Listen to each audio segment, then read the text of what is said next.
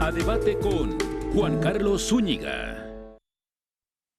Esta tarde nos acompañan en Mega Noticias Debate Claire Van Ruijbeke, directora del grupo Van Ruijbeke, también Ricardo Torres, investigador del Instituto de Ciencias de la Atmósfera y Cambio Climático de la UNAM, Humberto Martínez, socio director médico de Baker México. Gracias por estar con nosotros y me gustaría iniciar con usted, doctora. ¿Qué respiramos en México? ¿Qué respiramos en las principales ciudades de nuestro país, Claire? ¿Lo tenemos claro? Pues yo creo que no, yo creo que respiramos un cóctel de productos, porque en realidad lo que se mide son pues muy poquitos compuestos. Normalmente pues se mide partículas, en sus componentes chiquitas, PM2.5 y 10, que son los que se pueden inhalar más fácilmente. Se mide ozono, que es un representante de los oxidantes. Se miden dióxido de azufre, se mide bueno, óxidos de nitrógeno, se mide monóxido de carbono y párale de contar casi. Pero pues no se mide todos los otros compuestos que se pueden emitir. Por ejemplo, en la industria, pues cada industria puede emitir un número de compuestos como metal o cualquier otro tipo de sustancia que puede emitir en sus industrias, que pues en realidad no mide. Entonces en realidad no se sabe lo que haremos. Esa es la triste realidad. Y entre lo que se mide, doctor Ricardo Torres, ¿cómo andamos en las principales ciudades de nuestro país? Pues aunando un poco en lo que menciona la doctora, no andamos bien. Es un hecho que incluso la cuestión de monitoreo atmosférico ha ido para abajo. Solo las principales ciudades están realizando este trabajo de monitoreo, y aún incluso redes como la Ciudad de México ha caído, ha tenido una baja en el número de estaciones que se miden, y sí es cierto, ¿no? Quizás nosotros reconocemos que Monterrey tiene problemas muy fuertes de contaminación, Toluca, que es otra de las ciudades muy contaminadas aquí en el país, pero quitando las ciudades más importantes que tienen mediciones, no se sabe. En realidad hay varios estados, hay muchas ciudades que ni idea se tiene de qué problema existe. ¿Por qué razón? Pues simplemente porque no se mide. Es una de las cuestiones que nos ha costado mucho trabajo remarcar, en el hecho de que hay un desconocimiento muy fuerte por parte de la población, incluso hasta de los investigadores en muchos lados. ¿Por qué razón? Porque no hay mediciones. Hemos empujado, la UNAM ha tratado de presionar, incluso la misma UNAM ha puesto de su presupuesto para medir en ciudades que no tienen este tipo de estudios, y realmente nos quedamos muy cortos. Es un problema muy fuerte que todavía hay que resolver, y sobre todo lo que menciona la doctora, salvo esos contaminantes que por obligación se tienen que medir, tenemos un desconocimiento total grandísimo de qué otras sustancias no existen, pero como no oficialmente no son contaminantes y le llaman criterio, como oficialmente no se tienen que medir, pues no se mide, y salvo algunos esfuerzos académicos que se hacen en algunas instituciones que tienen con qué hacerlo, es muy costoso, hay que reconocerlo.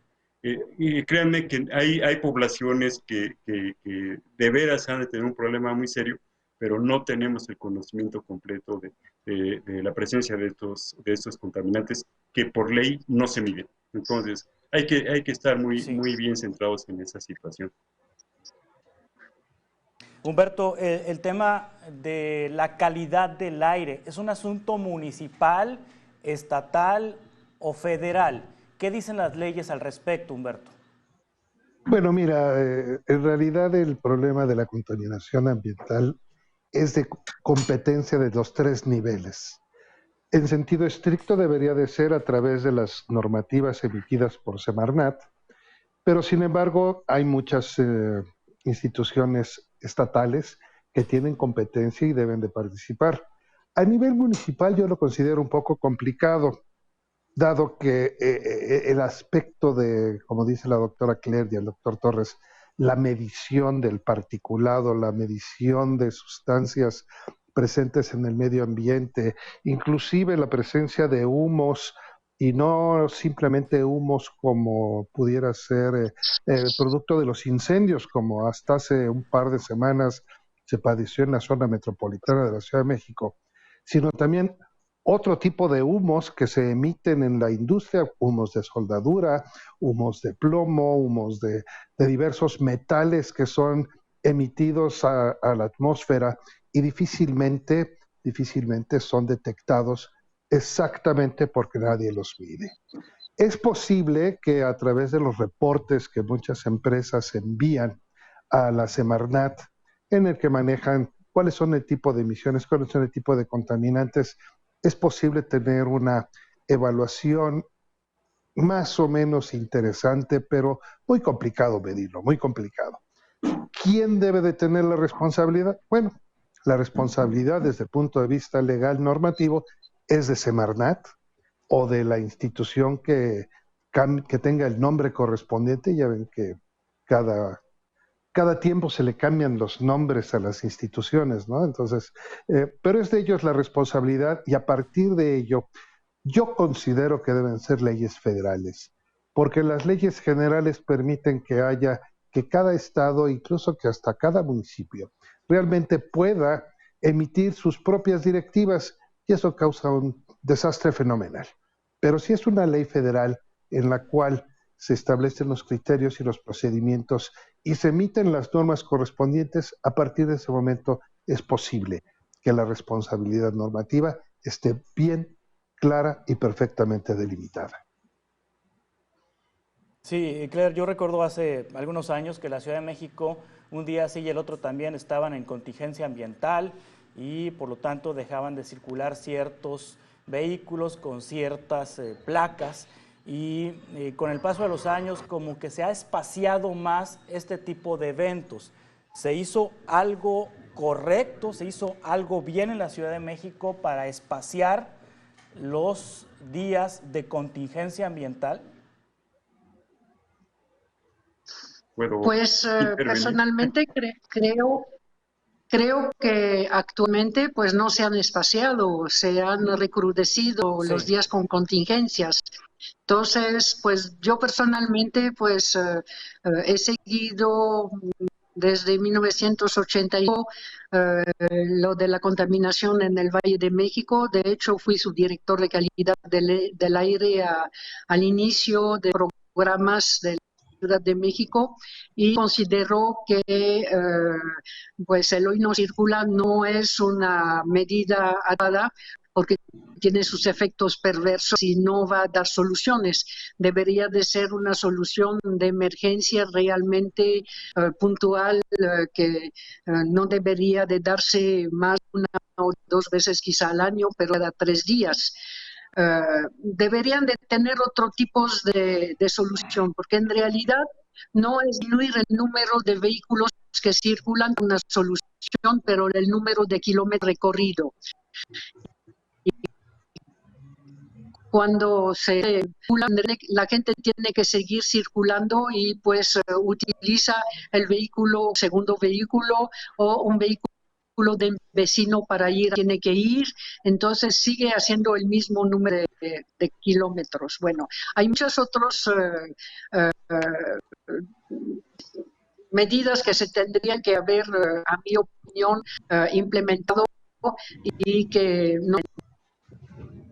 Pues hay que tener un de transporte común que dé seguridad y que la gente puede pues incentivar el nunca ha sido una solución para mejorar la calidad del aire. Hacer segundo pisos que todo el mundo toma y que hacen una doble circulación, tampoco solución para mejorar la calidad del aire.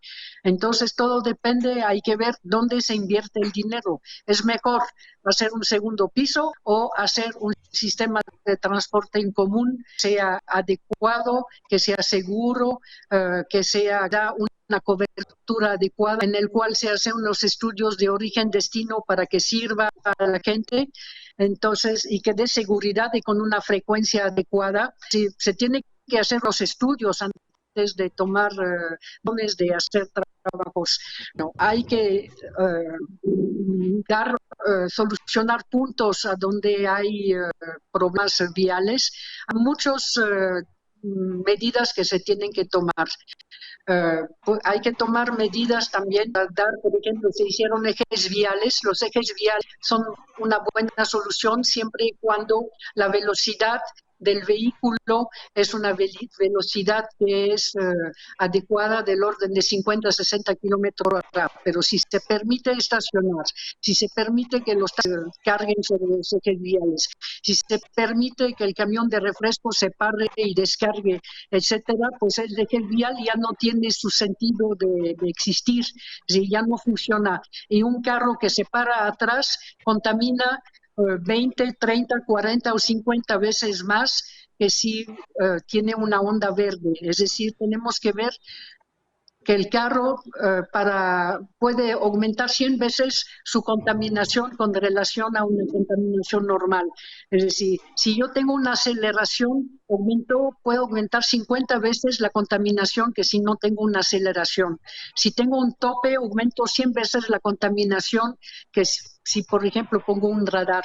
Es decir, hay muchas cosas que se puede hacer para disminuir las emisiones de los vehículos. Tenemos problemas con el ozono. El ozono es una mezcla entre hidrocarburos y óxidos de nitrógeno. Tenemos que andar. ¿Qué es mejor disminuir? ¿Hidrocarburos o óxidos de nitrógeno? Vemos que se implementa el hoy no circula de emergencias y dura 3 días. Y entonces, como el día siguiente no tenemos un resultado de las medidas que tomemos, entonces quiere decir que pues no funciona el sistema que se está implementando. El día siguiente debería de haber disminuido. En realidad, ¿qué pasa? De las 10 de la noche a las 2 de la noche es lo que me baja el ozono del día siguiente. Entonces deberíamos de ver un resultado, y no lo vemos cuando dura 3 días las emergencias.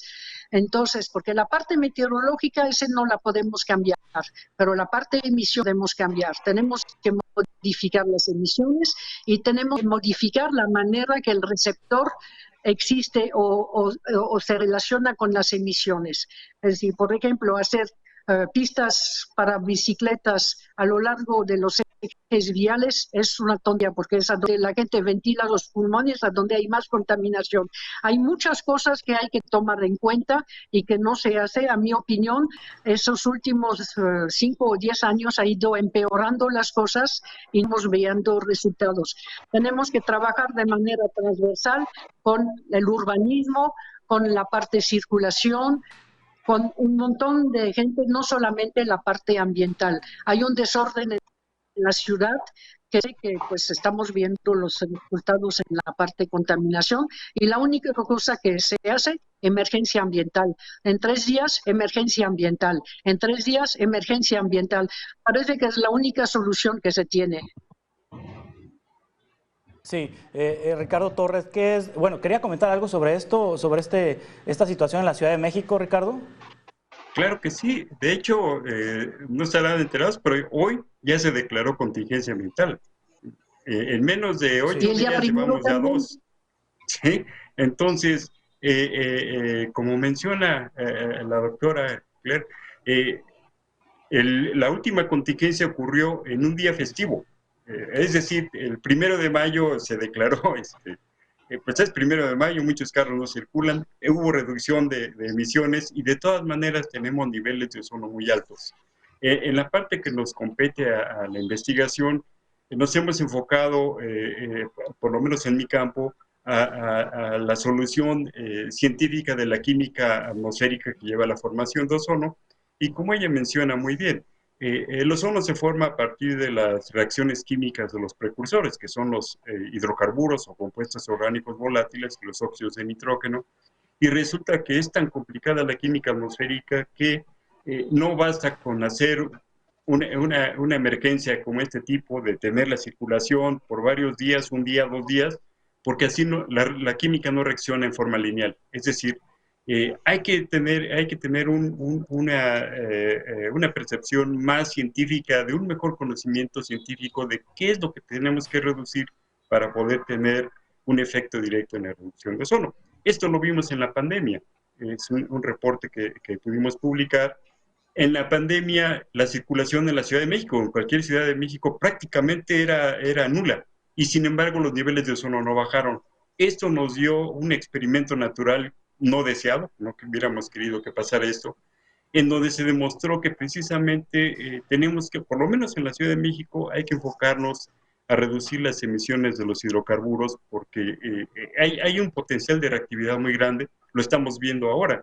El pronóstico meteorológico, las cartas de meteorológicas nos dicen que no tenemos hoy, por lo menos no hay un sistema de alta presión. Siempre dicen es que tenemos un sistema de alta presión y hay una circulación anticiclónica. Es más, había pronóstico de que hubiera mucho viento, no llueve porque hay poca humedad, pero era suficiente para poder ventilar los contaminantes, y no sucedió así.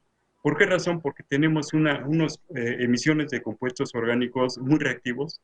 ¿Y de dónde viene la mayor parte de estos? Pues precisamente de las gasolinas y de los combustibles que se evaporan. Y un problema que hemos detectado y que tampoco nos han hecho mucho caso, y si nos hacen caso, pues nos ignoran, si es la cosa así, es que en México estamos utilizando gasolinas que le adicionan un aditivo que se llama metilterbutyléter y otros que son orgánicos, que son oxigenados, y estos son precursores inmensamente fuertes para formar ozono. ¿Qué ha pasado? Simplemente ese tema lo han evitado. Hemos estado en foros de gobierno, en foros de otro tipo, y como que tratan de desviar, se ha desviado, ¿no?, la atención a que debe hacerse un control más fino, con más fundamentos científicos de esto, porque de otra manera, pues no tiene caso, ¿no? Mañana es sábado, seguramente baja la circulación. Si tenemos un día como hoy, seguramente va a volver a subir el ozono, y no están resultando esas medidas.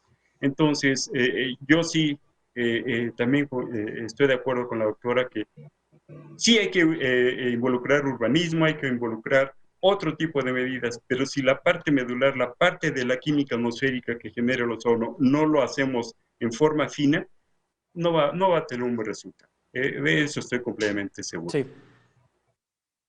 Vamos a continuar con esta conversación ahorita en un par de minutos. Estamos con Claire Van Ruymbenke, Ricardo Torres, Humberto Martínez en Mega Noticias a Debate. A Debate con Juan Carlos Zúñiga.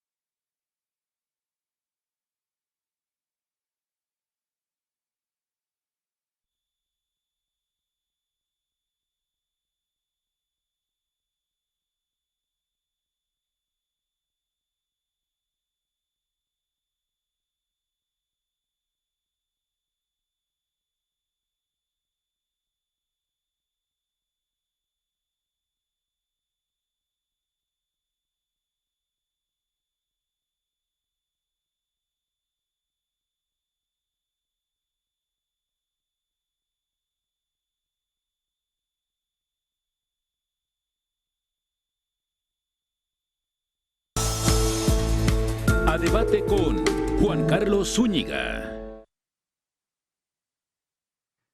La contaminación del aire es el enemigo silencioso de los mexicanos. En entrevista para Mega Noticias, Carlos Álvarez, presidente de México Comunicación y Ambiente, AC, señaló las severas consecuencias que se tienen en la salud por lo que respiramos.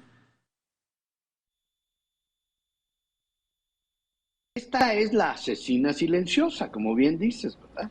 ¿Por qué? Porque el 85% de esa contaminación se genera por la quema de combustibles fósiles, el 85%. El otro 15% son todos los demás, los incendios forestales, los incendios de los mugrosos tiraderos en México y, por supuesto, esta quema de este combustóleo. Tú lo dijiste por ahí, lo dijeron bien. Ese 4% equivale a 40,000 partes por millón. En Europa son 50 partes por millón y en Estados Unidos 80. Pero nosotros andamos en 40,000 partes por millón. Fíjense bien, el diésel mugroso que nos da Pemex tiene 500 partes por millón.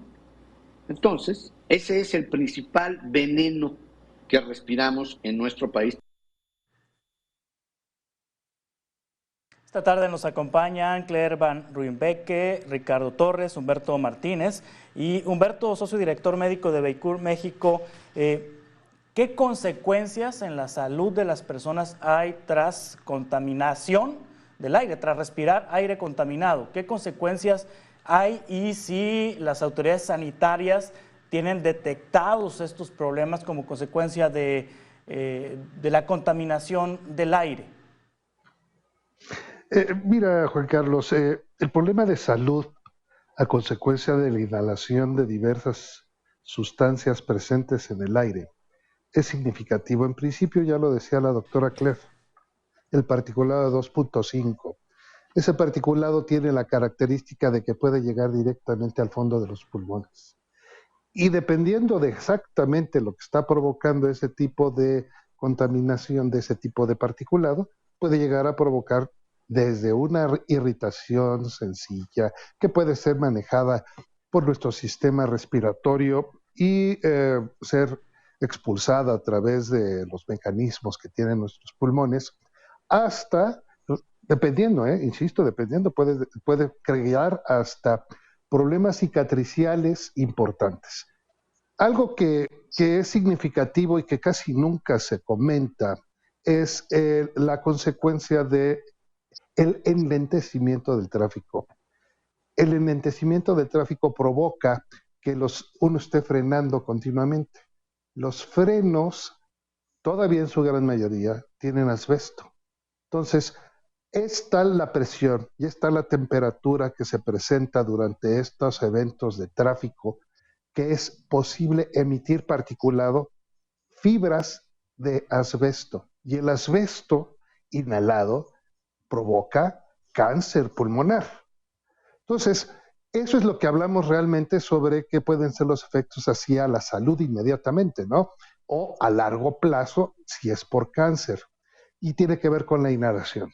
Pero no solamente la inhalación, el fijar muchos de este tipo de contaminantes que, como ya comentábamos, pueden ser emitidos por diversos tipos de sustancias que no sabemos ni cuáles son. Pero muchas de ellas que son humos o que pueden ser otro tipo de volátiles orgánicos, se fijan en la piel. Y en la piel, en contacto con la radiación solar, pueden llegar a provocar lesiones dermatológicas.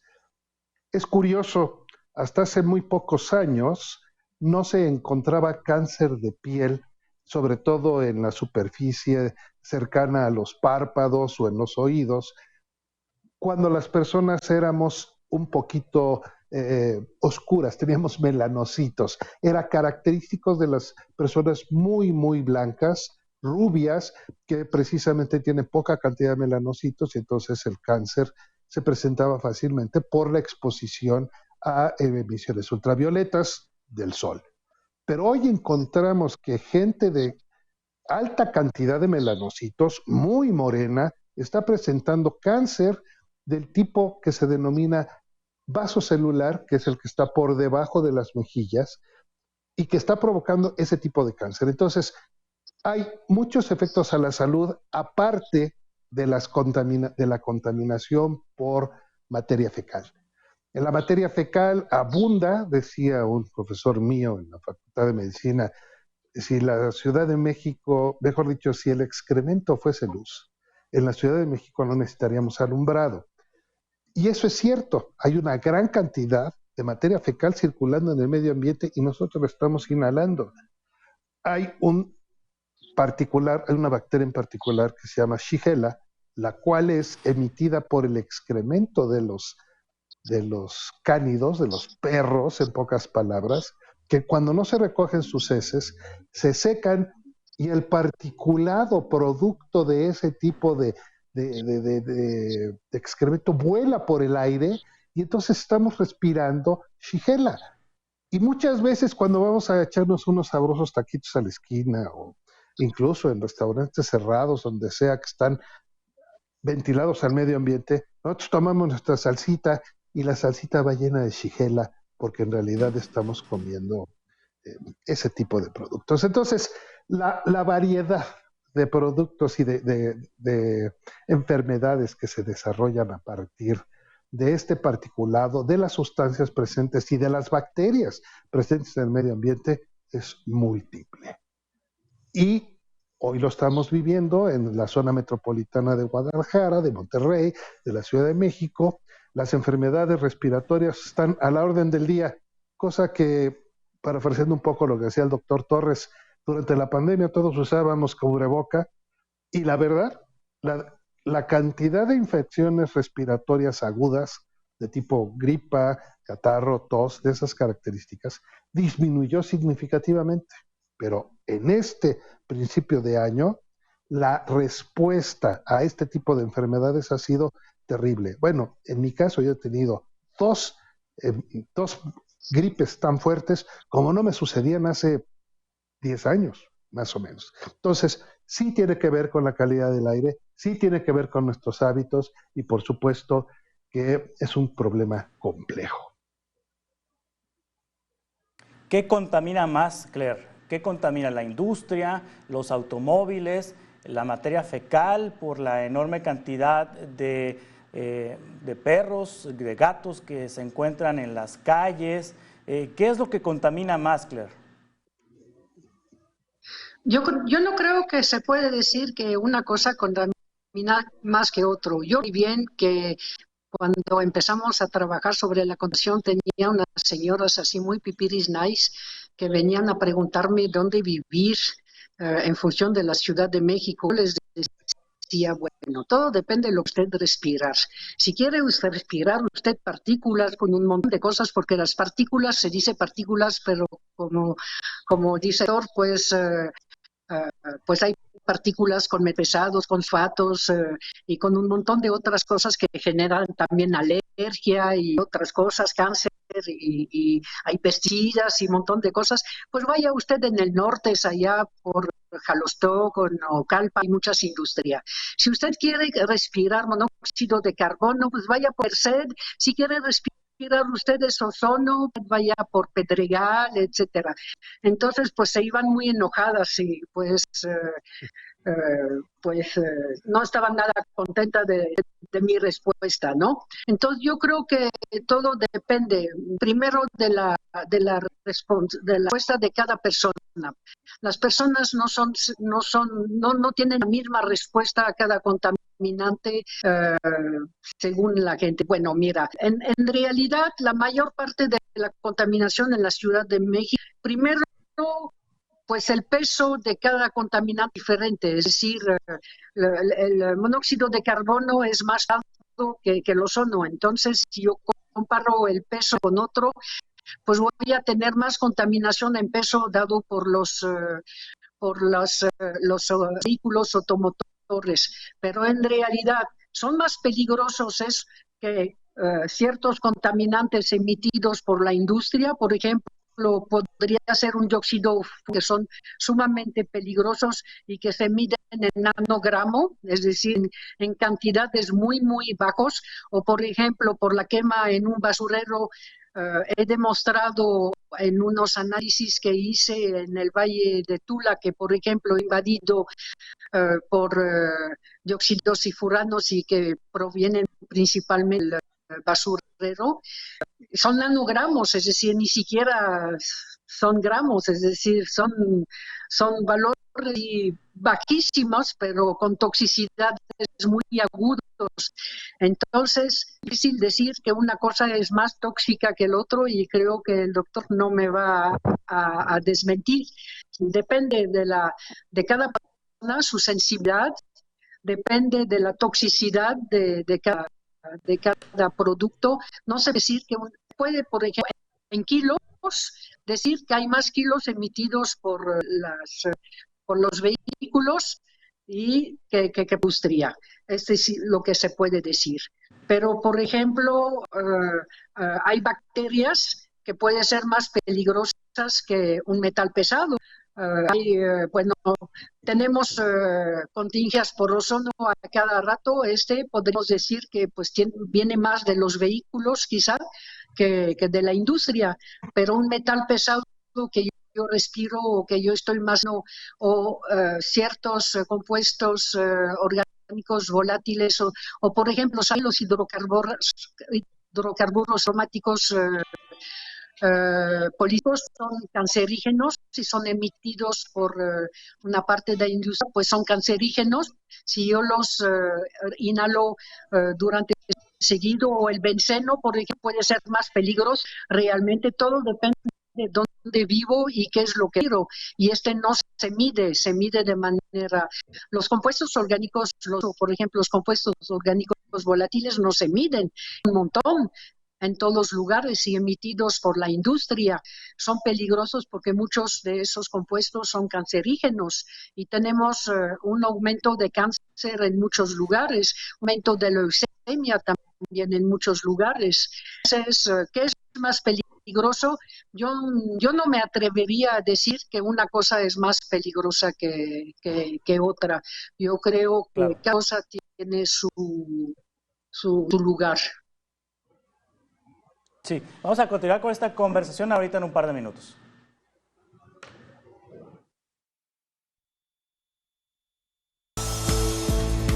A debate con Juan Carlos Zúñiga.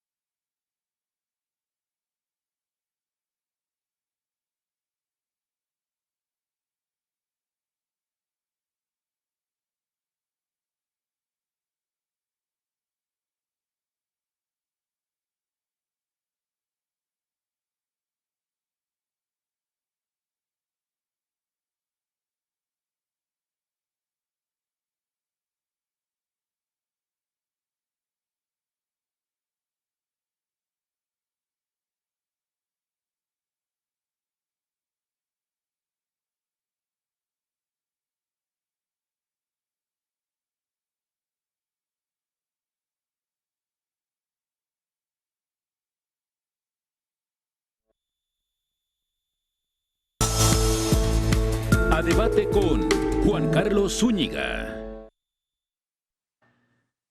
Continuamos en Mega Noticias Debate, ya en la parte final.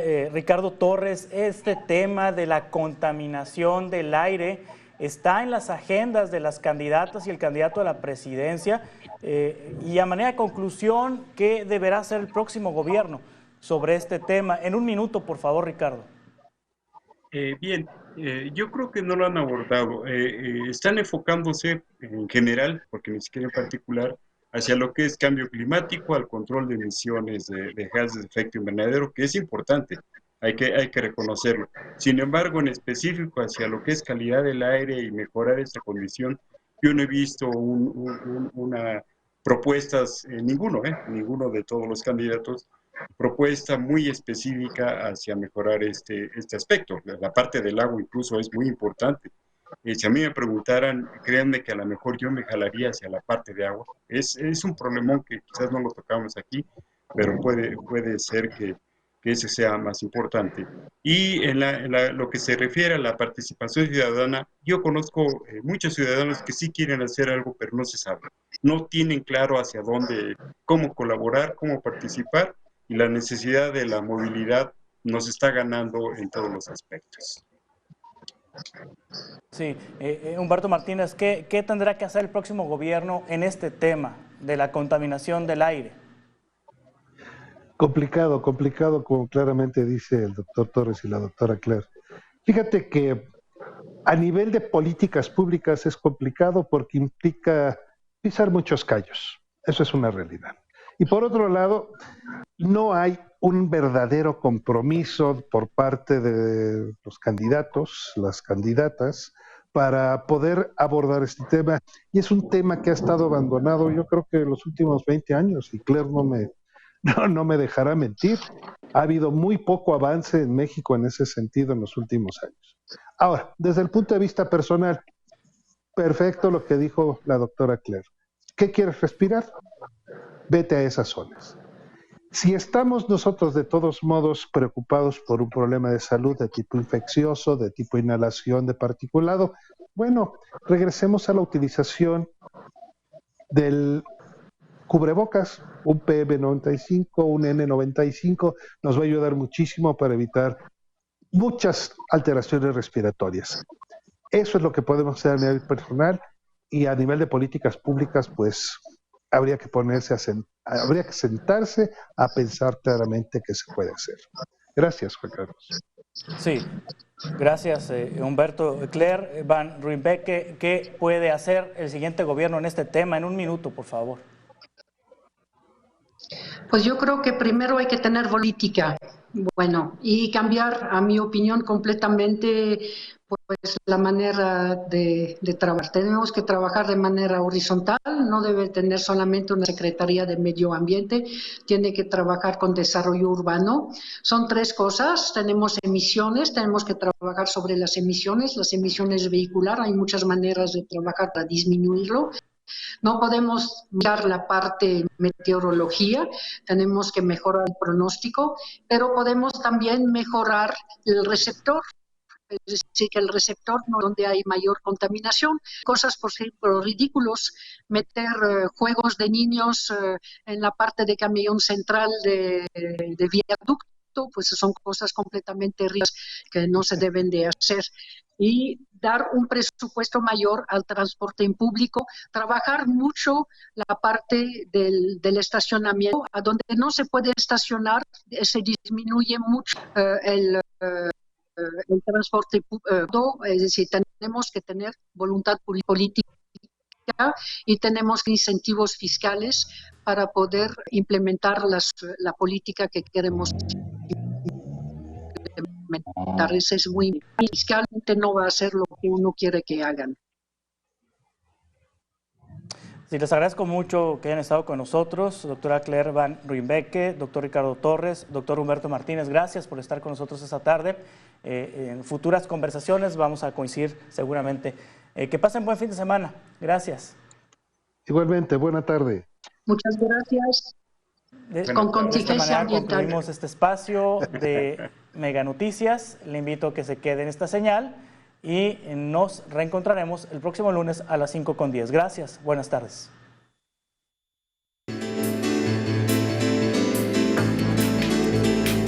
Temperatura en las principales ciudades de México a las 15 horas.